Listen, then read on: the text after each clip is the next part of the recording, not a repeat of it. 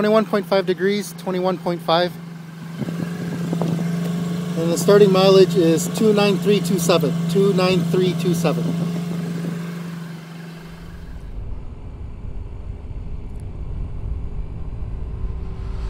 Hey YouTube, it's gentlemansnine. I thought I'd go ahead and give you guys some advice. Maybe it'll work for you, or maybe it won't. So this is conceptually from a book called The 4-Hour Workweek by Tim Emmerling or something like that. 4-Hour Workweek. And I think specifically this tip comes from another source, Scott Hanselman, I think he's a Microsoft advocate or something like that.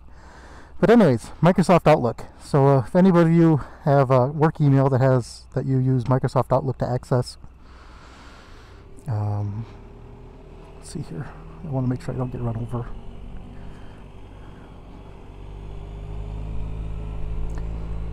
So if you know, like, most of your mail comes right into your inbox, right? You know, some can go to spam, or flagged as spam, but it all goes to your inbox. And then whether you're the type of person that when an email comes in and you have to read that email right away, or you're the type that lets them accumulate and then you look at them, you're basically looking at an inbox that's, well, in theory, it's full of, like, you know, dozens or hundreds of emails. So what I do is I create a bunch of Outlook rules. I think Yahoo Mail has a version of this. I don't know about Gmail, but I created several subfolders, and I have a rule. So for example, I have a folder called To Me Only, and I created an Outlook rule such that when an email comes in and my name is in the to field and nobody else is, I put that in the folder that says To Me Only. So in theory, that's my priority 1 email. If I get an email where I'm in the to field and somebody else is also in the to field, I put that in another folder called To Me, but other people as well. Or I can't remember exactly what I called it, but basically that's the gist. And that's my priority level 2. And the reason why it's priority level 2 is because somebody else is in the to field. I don't know if I'm necessarily number 1, or if this other person is, or whatever. The third folder is if I'm in the CC field, so I'm carbon copied. That goes into a third folder. Obviously, if I'm carbon copied, that is definitely, like, not a high priority. So that goes to a third folder. The fourth folder I have is let's see here. If I get an email as a result of being in a distribution group, so clearly my name wasn't even referenced, right? So that's priority level 4. I have some other filters that group some of the work-specific things that I have. And then I have another one. The company I work for is for whatever reason, anytime somebody does something good, they send out this company-wide email that says, you know, congratulations or kudos. So I have a kudos rule. So if the subject contains kudos or the body contains kudos, and I have a couple other criteria in there, I basically automatically delete that email. I flag it as yellow and I move it to my deleted folder. So really, every once in a while, all I have to do is check my deleted folder. If anything's yellow, there's a really good chance I didn't need to read that thing to begin with. So, all that being said, as my emails come through, they're automatically getting sorted for me. Obviously, if there's an email that lands in my inbox that a rule didn't touch, then I look at that email and try to figure out where it should have went and modify my rules accordingly. So now, I only check my emails like maybe once an hour, maybe. And in that once an hour instance, I'm only checking the emails that are going to me. Sometimes I'll check the ones where it's to me and somebody else. Maybe like twice a day or once a day, I'll check the rest of the folders for the lower priority emails. And what ends up happening is I answer the important ones first. The ones that are important, I don't do until later. And if something was really, really important, that person could have walked over to me, which has happened. I'll have somebody come over and say, "Did you read my email yet? How come you haven't done anything?" And I said, "Well, what email?" And they'll tell me which email it is, and I look at it, and I'll be like in the carbon copy field, and I said, "You didn't even send this to me. I'm carbon copied. I'm not even in the original to list. So this is the lower priority to me. If you really wanted to flag me down, you should have sent it in the to field."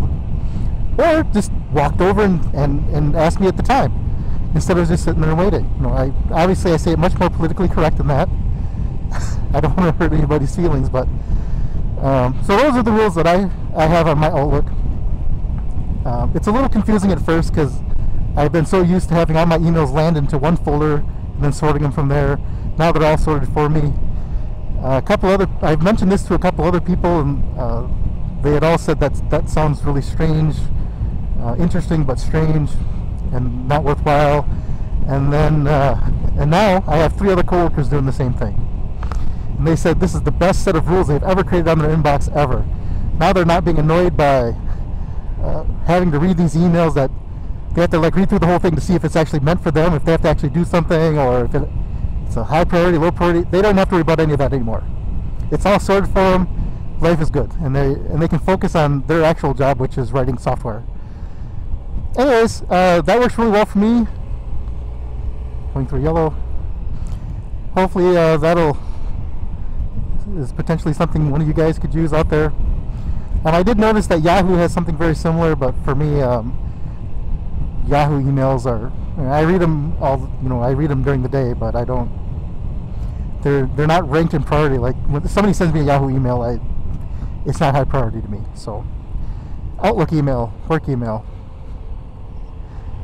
And that is Gentleman's Nine tip for the day.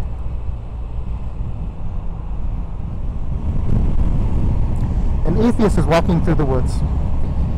He's walking slowly, observing how tall the trees are, how beautiful the landscape is, how fresh the air smells. He's basically admiring all that evolution has created over time. And then all of a sudden hears a noise. And he looks back, and it's a bear. And he gets scared, so he starts speed walking the opposite direction of the bear. But these noises are getting louder, and he looks back, and the bear is walking towards him. And at this point, the atheist is basically panicking. So he starts speed walking, then he eventually goes to a slow trot, and then he just starts running. And he looks back again, and the bear is now in a full-out sprint to catch up to him. Just a few feet behind him, the atheist is basically freaking out. He trips, falls over a rock. The bear's on top of him. The atheist says, "Oh God!" And all of a sudden time stops. The bear's frozen.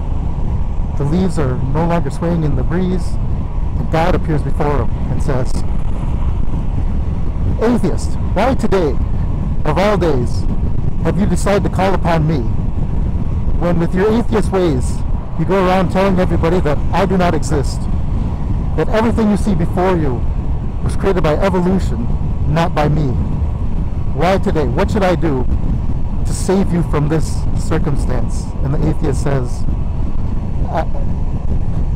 you can't convert me. I guess it's probably too late, but what if you converted the bear to Christianity? And God says, "Done," and snaps his fingers, and the bear starts moving. The bear lifts up its paws, gets down on his knees, and says, "Thank you, Lord, for the food I'm about to receive."